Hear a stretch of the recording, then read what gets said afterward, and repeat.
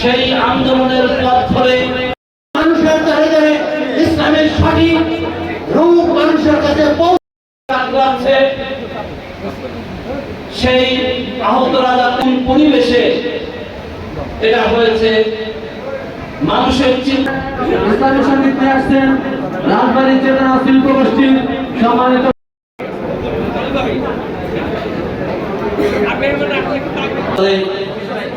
লাখ কোটি শুকর আদায় করছি। আমরা সকলে মানুষের মুক্তির জন্য আজকে আমরা কর্মী ভাইরে বাইরে এসেছি, সকলে আমরা শান্তিভাবে কথা বলুক, এটা আমরা চাই।